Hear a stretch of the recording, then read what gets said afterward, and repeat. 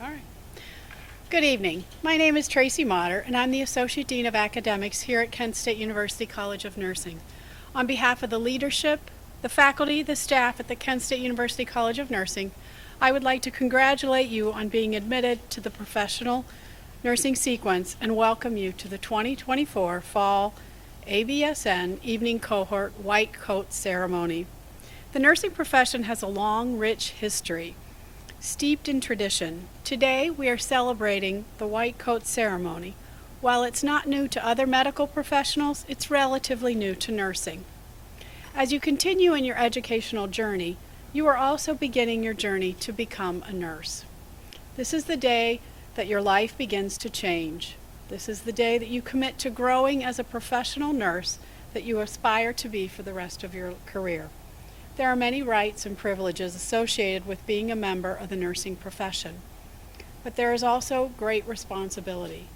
Today, you will take a pledge to uphold the tenets of the nursing profession through the I cares: integrity, excellence, compassion, collaboration, altruism, respect, resilience, empathy, and service.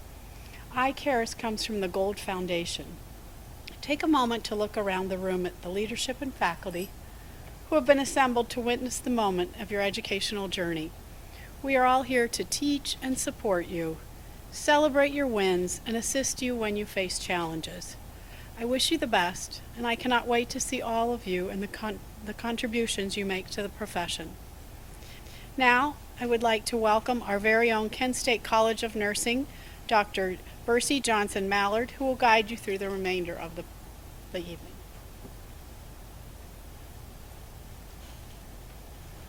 Dr. Motter, thank you. Thank you so much. The White Coat Ceremony is the oldest and most well-known program of the Gold Foundation. The Arnold P. Gold Foundation established the White Coat Ceremony in 1933 at a Columbia University College of Medicine and Surgeons. This was a way to emphasize humanism in medicine at the very start of the medical education. In 2014, recognizing the vital role nurses play in the healthcare, the Gold Foundation partnered with the American Association College of Nursing in order to adapt this ceremony for nursing.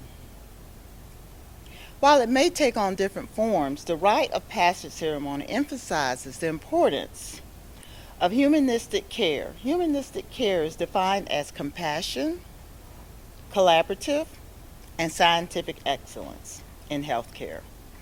Early in nursing training and identified your formation. At this time, I have the great honor to welcome our speaker to the evening Kent State University College of Nursing White Coat Ceremony, Dr. Kara Constance.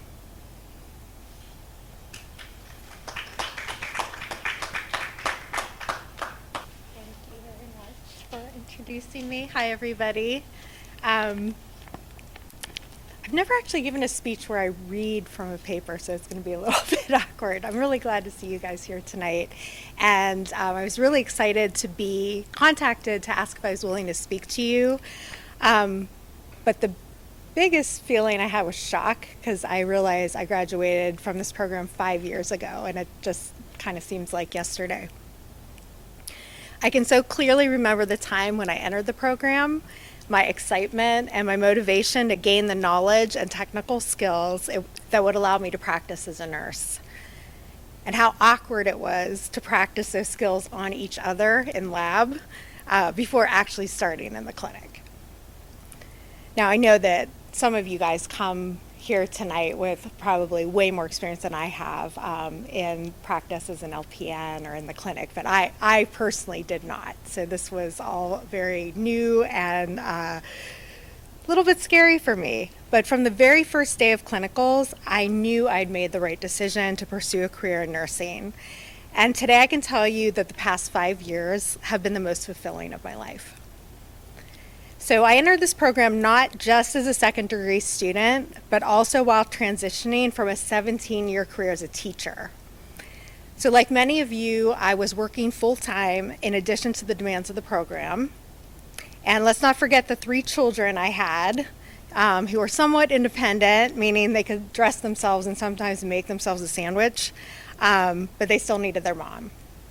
So despite how exhausting the schedule was, working 7 days a week for 21 months, the constant stress of exams, I have to tell you, as soon as I was walking into this building, I had a PTSD moment because, rushing in, scared to death of the exam that lay before me. The commute to Cleveland in the darkest hours of the morning. So despite all that, just walking into the hospital gave me a sense of value and purpose. Now I'm no longer working at the bedside or even in clinical practice. I've gone from working in the clinic as a nursing assistant at university hospitals. I did that for a year during nursing school. Highly recommend. It was the experience of my life. Then I became an oncology nurse at Cleveland Clinic. I was there for 1.5 years. And then I moved on to Metro Health and was a clinical research nurse there for almost a year. The past 3 years, I have been working in the pharmaceutical industry with my primary focus now on supporting patients who are in clinical trials. Tonight, I just want to share some important experiences and insights that I personally have gained that I hope may stick with you as you enter this very important and life-changing part of the Accelerated BSN program. So number 1, you will make mistakes. Learn to laugh at yourself, but most importantly, be accountable and transparent about those mistakes. I am someone who cannot watch a YouTube video and then do an easy task or a complex task. I've been watching all these videos on how to braid my hair and do these neat buns and stuff. Yeah, it's just not happening. That's why my hair is not in a cool, complex bun tonight. My oldest daughter, she watched a YouTube video and she changed the wheel bearings on her car. All right, but for me, I have to learn by failing then trying again. So I was that nursing student who spiked the bag of saline after I had already hung it on the IV pole. As the fluid was pouring over my head and the patient was laughing at me, and I'm sure he was cringing inside that I was assigned to him, I laughed at myself too, because honestly it was pretty funny. But I've also made mistakes that could have impacted my patient's safety. When I was a new nurse, I was still working closely with my preceptor, but I was at the point where she trusted me to give medications on my own. One of my patients was receiving doses of a diabetic medication through an injection pen. However, I missed a very important step, the step where you put the disposable needle on the injection pen before doing the actual injection. So for a couple days, every time a dose was due, I'd go into the room, prep their skin with an alcohol wipe, and press the pen really hard into her arm and push the button. And then I'd see a drip of fluid on her arm. And I'm like, what's going on there? I knew something was wrong. I felt something was wrong, but I didn't ask anyone. Finally, I realized when I was in the supply room and my gaze went across the disposable needles, what it was I was forgetting. And I was horrified that my mistake may have hurt this patient because she had gone for days now without her diabetic medication. So I went to my preceptor, and this person was not the most supportive or patient of a person, but I knew I had to admit my mistake and how long I'd been making it for so that the patient could be evaluated properly and actions could be taken to fix what I had done. In addition, I had to admit to the patient what I had done. She was very unhappy with me. She gave me a piece of her mind and she asked for a new nurse. It was embarrassing, but overall I knew I'd done the right thing. So the message is, don't try to hide a mistake that can impact safety because you're afraid of getting into trouble or embarrassed. You will make mistakes, 100%, but the patient comes first. Number 2, rely on your team. I think the thing I have loved most about nursing is the teamwork. I first learned this as a nursing assistant where my job was to clean and move patients. I'm not the biggest or strongest person, so I really did need help always to boost a patient up in the bed when their feet were hanging over the edge, or hold a patient on their side while bathing them. As a nurse, I was always so grateful for the willingness of others to help when I could just not find a vein to stick. And trust me, when you're working with cancer patients, they have no veins. It was really, really hard. And I just did not want to be that nurse that was poking them over and over again. Or when I was unsure of a calculation, I always asked someone else to recalculate the chemo with me, no matter what, because it was that important. And someone, no matter how busy, was always willing to help. Most impressive to me was watching the teamwork in action during a rapid response or a code. Don't forget that your team also includes as equal partners the admin on your unit, the patient care assistants, the cleaners, the staff who prepare and deliver the food, as well as the other nurses, PAs, NPs, fellows, and attending physicians. Everyone works together to help that patient. Some of the most important things I learned was from my communication with the amazing admin on the unit. She had been there longer than anybody. She knew everything. She knew where to find things, who to ask, everything. And definitely the patient care assistants are closer to the patient than anyone else on the floor. So be a good team member. Always be willing to help. Be kind, be respectful, be willing to apologize when you aren't those things because you're tired, overwhelmed, scared, or just human. So number 3, treat your patients like they're your family member, your mom, grandmother, little brother, or yourself. And I'm going to repeat again, be kind, be respectful, be patient with your patients. Some patients are really rude or annoying or just mean and disrespectful. You have the right to tell them they're being inappropriate and call them out for mistreating you. But always remember that you're standing above them. They're lying there in that bed, in that gown that doesn't really fit right, with their hiney hanging out the back end, in a strange room with lots of beeping lights, exposed and vulnerable and weak, and probably getting little to no sleep. A smile is contagious. I found that just entering the room with a big smile could set the tone.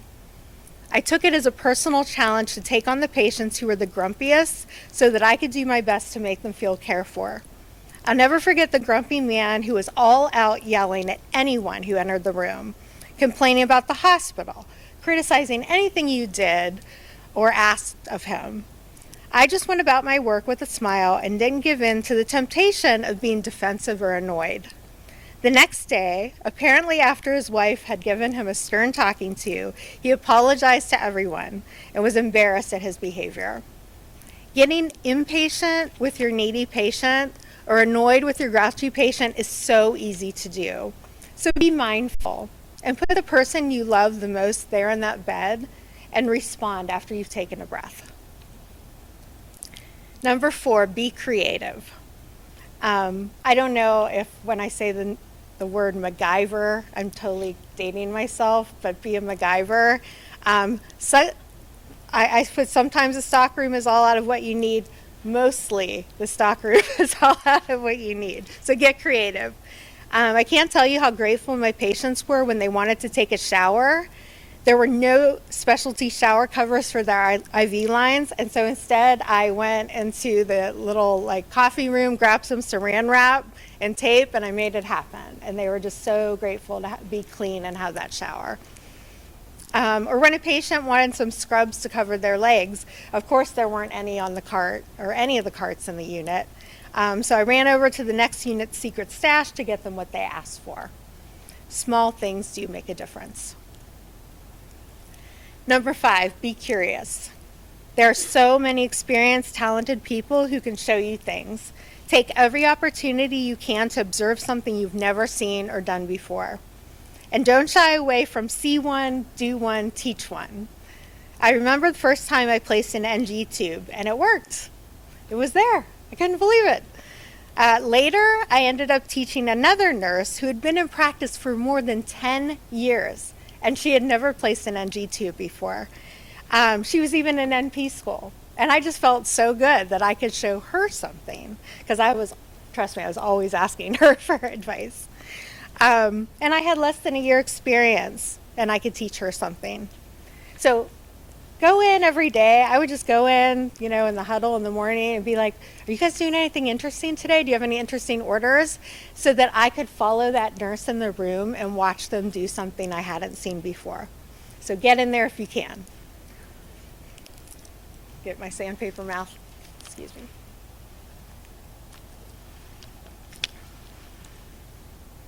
Keep an open mind. You may already know what specialty you wish to practice. For me, I was 100% sure I wanted to be a nurse midwife when I started nursing school.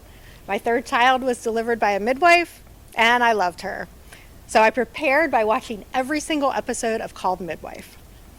I even shadowed a midwife before I started nursing school. And then, and it was this semester, what you guys are starting right now, I fell in love with caring for older adults. It was a med-surg floor. I just loved it. I learned during my clinicals that I really, really like talking with people. And I will tell you that women in labor are not in the mood to chat. My least favorite clinical during nursing school was the OB experience. So keep your mind and heart open to what your true passion is. Number 7, it's okay to be human and ask for support. As a nurse, you will see things you didn't know were possible, and you will do things you didn't know you were capable of. It's okay to cry. After some incredibly difficult shifts, I would go home and curl up in bed and cry for a day or more. I realized that this was a release that I needed from seeing some things people were suffering that I'm sure were equivalent to horrors soldiers might witness in a war. Feel your feelings. Look for support from the other nurses and seek counseling if you need it.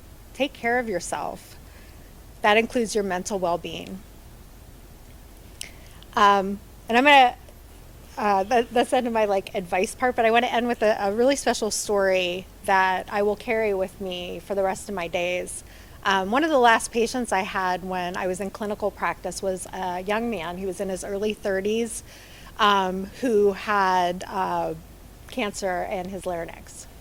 And the head and neck patients that are going through cancer treatment, a lot of them are really young, and a lot of them don't realize that the chemo and the radiation they're experiencing in that area will mean that they just don't want to eat. And they get really, really sick and malnourished. And especially, the men, they didn't want a peg tube. They fought it, and they would get really, really sick, end up in the hospital for weeks. It was so hard to watch. So one of these patients that I had, I went through this journey with him. It was during COVID. So he never saw me once without my mask on. I saw him and his wife. I mean, he would be in for radiation every day for a period of time. So I saw them every day. He was from my hometown, and he was a magician. And he and his wife had just actually made it pretty big with their magic show. They had been invited to Las Vegas to perform right before his cancer diagnosis. And, he would tell us stories about his career and how he got into it. And he said he performed in Cleveland. So after I left clinical practice, I happened to come across an advertisement for a show that he and his wife were doing in Cleveland. I really wanted to see him well. I had seen him so sick, and I really, really wanted to see him well. So I went to the show. And this is after COVID, so I didn't have my mask on. And it was in a venue, and did the show. And I will tell you, I was in that audience, and it was supposed to be fun and funny. I was crying. I mean, bawling the whole show. And afterwards, and it was kind of a room like this, he and his wife stood as people filtered out, to thank them for coming. He did tell his cancer story during his show, because neuropathy, the cancer patients experience, really messed with his sleight of hand with all the card tricks. So he had disclosed that to the audience. I was standing in the reception line, and his wife just kind of looked at my face and looked right by, but his eyes locked on me. Here I was in a completely different place, out of context. He'd never seen my face before. He'd never seen me out of my white scrubs. And when I got to him in line, he held me so close and hugged me. It meant the world. That recognition, that connection that we had formed as a nurse and patient was just so powerful. I've never met any of you, but because you're here in this room, in this program, I know something very important about you. You have a servant's heart.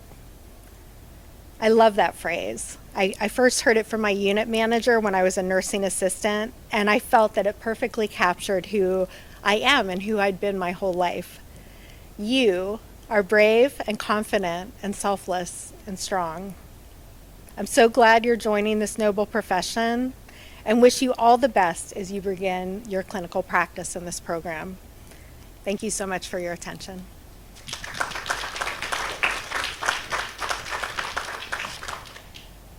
That was wonderful.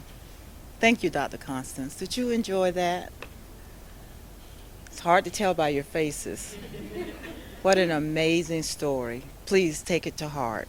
It's more than a story, it's real lived experience. Dr. Constance, you remind me of a textbook that I read. It was about a PhD prepared professor that chose to become a nurse after working in the profession of being a English teacher. And she wrote a book called The 12-Hour Shift, really talking about her experience as a nurse. And you brought that to forefront for me.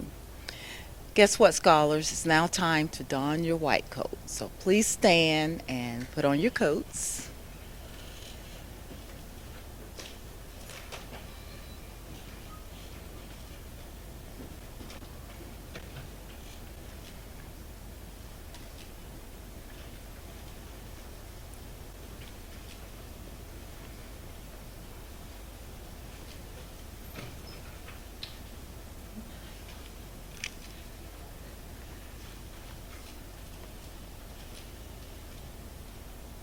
It's something about wearing a white coat that really just brings magic. It really does.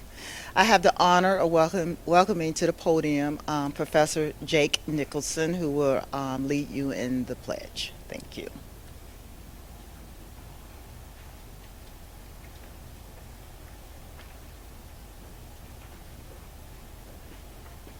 Okay. All right, you guys are gonna say it with me. Okay, loud and proud. Okay. All right, here we go. As a nurse dedicated to providing the highest quality care and service, I solemnly pledge that I will consider the welfare of humanity and the relief of suffering my primary concerns, act in a compassionate and trustworthy manner in all aspects of my care, apply my knowledge, experience, and skills to the best of my ability, and assure optimal outcomes for my patients, exercise sound professional judgment while abiding by legal and ethical requirements, accept the lifelong obligation to improve my professional knowledge and competence, promote, advocate for, and strive to protect the health, safety, and rights of the patient. With this pledge, I accept the duties, responsibilities that embody the nursing profession. I take this oath voluntarily with the full realization of the responsibility with which I am entrusted by the public. Okay, next I'm going to bring up Dr. Motter for the blessing of the hands.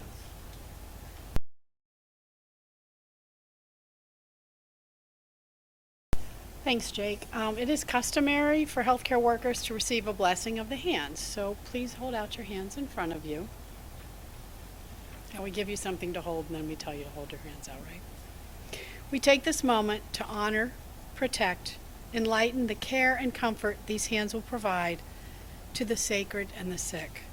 These hands will deliver compassion and respect for the people and families in your care. You may never understand all the ways your hands can heal, but your patients will. Being a nurse is a privilege and a gift to humanity. You may be seated. Congratulations. Now you will receive a pen given to you by the College of Nursing faculty on behalf of the Gold Foundation. This will be a visual reminder of the pledge you have made today. Not if, but when you have a challenging day at clinicals or find yourself questioning why you chose this path, please look at the pen and remember what you pledged. To care for your patients with compassion, with dignity, with respect, and with empathy. I believe in you, and so do your faculty. We know that you will go out and serve the Greater Kent State University College of Nursing traditions of all of those who have gone before you. You are our legacy. We look forward to celebrating all of your future accomplishments as you work towards becoming a BSN prepared nurse. Again, congratulations on this happy occasion.